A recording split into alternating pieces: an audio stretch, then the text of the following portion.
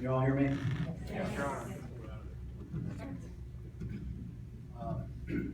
Now, I'm not a very emotional guy, but I'm very touched by not only the awards that you've given to me today, but mostly I'm so humbled by this turnout.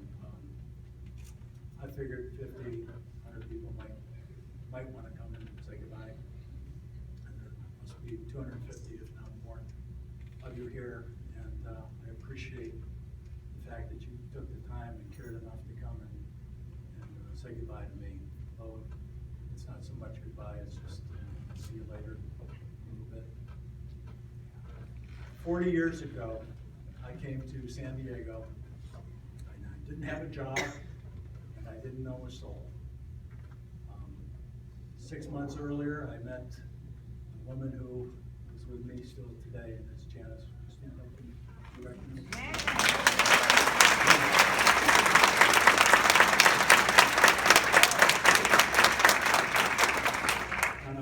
On a blizzardy night when fools and drunks were probably the only ones out in Denver, Colorado, I went out and I met Janice with another friend that I was with. And I kind of liked her, but I knew that I was coming to San Diego. And I thought, just my luck. I meet somebody I like and I'm leaving. But we dated for 6 months, and she agreed to come to San Diego with me to help me find a place to live, get situated, and maybe find a job and establish some roots that would last a lifetime. We kept in touch for the rest of that year, 1976. And the following January, I guess I was saying the right things by tape recorder. She decided to come out here and be with me. We just celebrated our 31st wedding anniversary with a trip to Australia and New Zealand, and that was a great time. I would not be the person I am today without her love and her support. She's my biggest fan, and I want to thank you.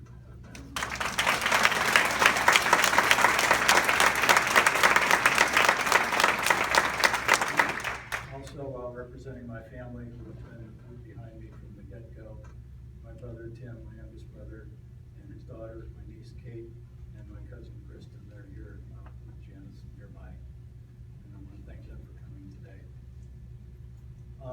This has been an interesting 30-year run for me.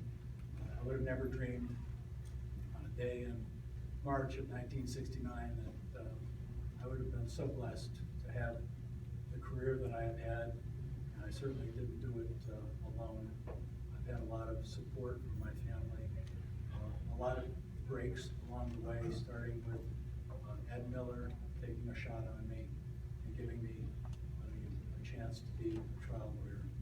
And I especially want to thank my good friend Pat Russell and Dan Williams, who put in a plug for me with the boss back then. The DA's office was very supportive of me. They accommodated me well. They assigned me a paralegal. Pat Brammer, as many of you know, was with me, and unfortunately she's no longer with us. And then Larry Stone took over for a couple of years before I left the DA's office. And I learned a lot. I learned that there was something I could do that maybe I had a little talent for, and I was grateful. And then as one friend who is no longer with us said, well, you're in your comfort zone. What are you going to do next? And I said, I think I'm going to try to be a judge. And I knew that was like a shot in the dark. Maybe never would happen. But I filled out the application. It took my time doing it. Question one was, what is your name? That took a week. Where you live, that was another week. That took me a while to fill out the form. But I arranged to go to a CDAA meeting, and I knew Pete Wilson was the main speaker, and I was introduced to him.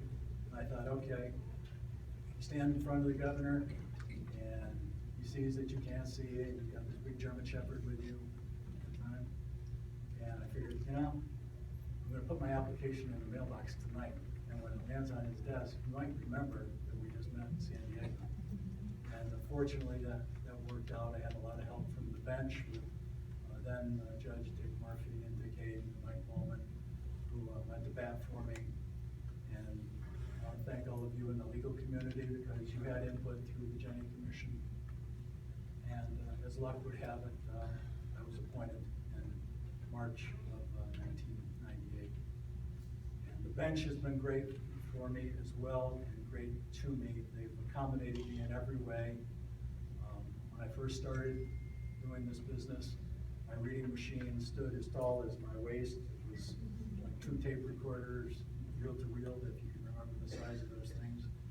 And now the scan camera is the size of a pack of cigarettes, and it takes a picture of whatever I'm reading, and in 4 seconds it starts reading it back to me on my computer. So things have changed a lot, and it's been beneficial for me. I've had an easy run through my court career. I want to thank all of the judges who gave a spirited competition to try to take over D12. And, especially thank the presiding judge for allowing me to stay there.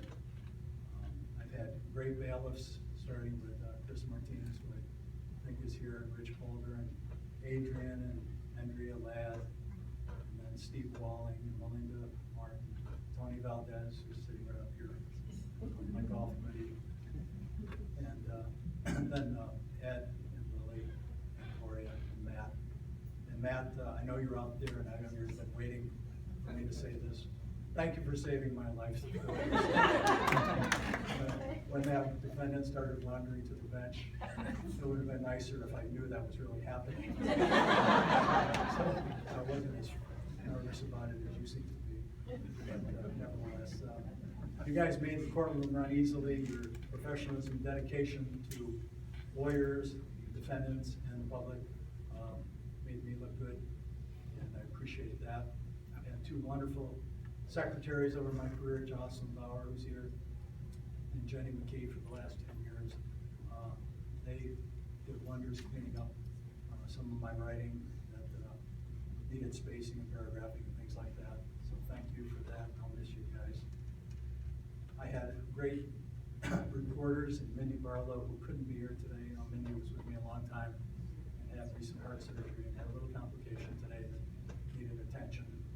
And Dave Gonzalez, who is with me and has been for the last several years. I told him the only present he really needed to give me was a transcript of every hearing I ever had. He didn't think the court could afford it. But anyway, they always had a knack of knowing when things were off the record, and I appreciated that more than you know. Department 12 has a great back office staff, and over all these years, that's changed now and then as people have rotated through, gotten trained, moved on to promotion assignments. A lot of them have gone on to be clerks, and nevertheless, they made things hum in there.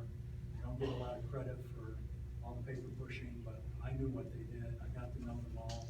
I got to know a lot about their families, and they're a wonderful group of people. I especially want to thank those who have been my eyes over all these years, starting with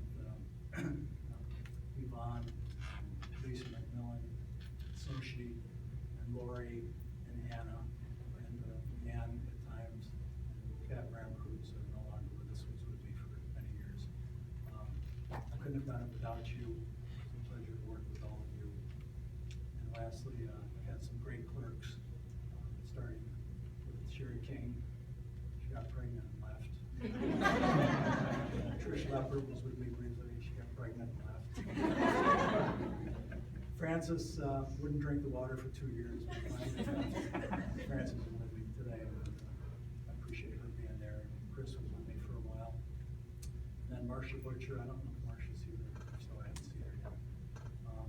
Filled in after that. And last but not least, Miss Fix-It, as I call her, Michelle Knight, who always had a way of cleaning up things when I wasn't exactly on point the way it should have been. She made me look good. We all made me look good. Great interpreters that have put up with my courtroom and listened ad nauseum to the kids that I talked to, that Julie Meyer sends around. In fact, Julie just told me the other day, in my tenure there, I've spoken to 1,069 classes. since 2000, over 34,000 kids.